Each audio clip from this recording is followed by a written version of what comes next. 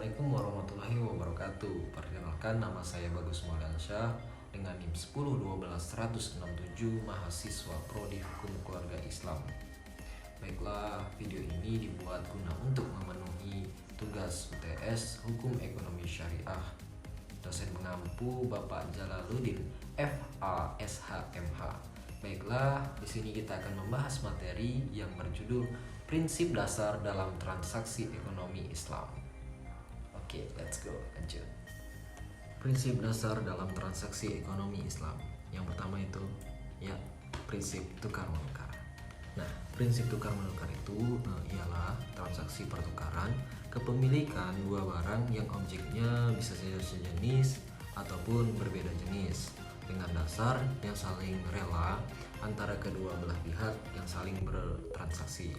Nah, yang kedua itu ada prinsip ta'adul atau yang sering kita dengar dengan keadilan. Nah, ya, adil dalam Kamus Besar Bahasa Indonesia dapat diartikan sama berat, tidak memberatkan sebelah atau memberatkan yang lain, dan tidak memihak atau bisa juga diartikan tidak melebihi atau mengurangi daripada yang sewajarnya serta berpihak pada kebenaran.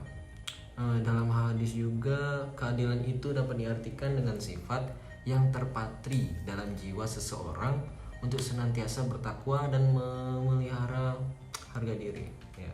Yang ketiga itu ada prinsip kerelaan. Nah, apa sih prinsip kerelaan itu? Nah, prinsip kerelaan itu dalam jual beli mengandung larangan jual beli secara paksa, karena apabila ada paksaan dari dalam hati, transaksi itu hukumnya menjadi haram. Kenapa? Ya karena kerelaan itu menjadi salah satu prinsip yang sangat penting dalam transaksi jual beli. Karena segala transaksi yang kita lakukan harus berdasarkan keriduan, harus antarodin, harus suka sama suka, ridho sama ridho, nah, seperti itu. Nah, contohnya seperti misalnya saya sebagai penjual dan kamu sebagai pembeli, nah itu kita harus sama-sama suka, sama-sama ridho. Ini seperti itu. Yang keempat ada ketiadaan kimar atau sering kita dengar dengan judi. Nah, judi itu tindakan tebak menebak yang keberadaan sesuatu berada di balik tirai.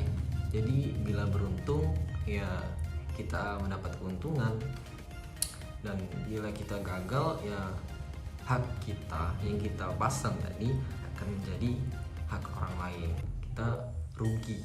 Nah, jadi judi itu identik dengan taruhan dan spekulasi, dan sudah jelas ya, judi itu hukumnya pasti haram dalam Islam, merugikan kita ya.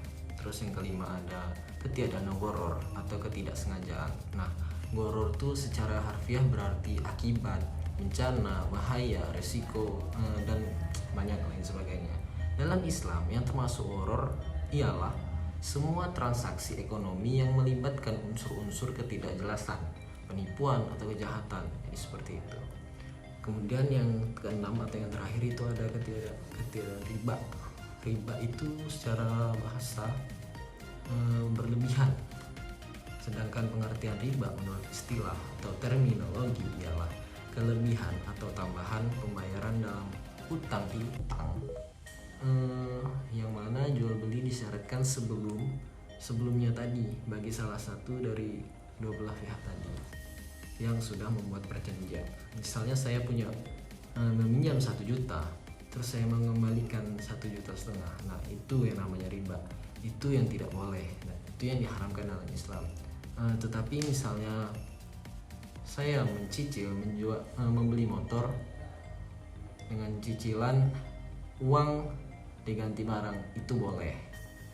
Yang tidak boleh itu simpelnya seperti ini. Uang dengan uang secara berlebihan itu riba. Uang dengan barang itu yang tidak riba, itu boleh. Jadi intinya apa? Riba itu memang terbukti banyak masyarakat seperti itu. Nah, demikianlah tugas hukum ekonomi syariah yang mana dengan judul Prinsip Dasar dalam Transaksi Ekonomi Islam sudah selesai. Mohon maaf karena masih banyak kekurangan. Sekian akhir kata. Wassalamualaikum warahmatullahi wabarakatuh.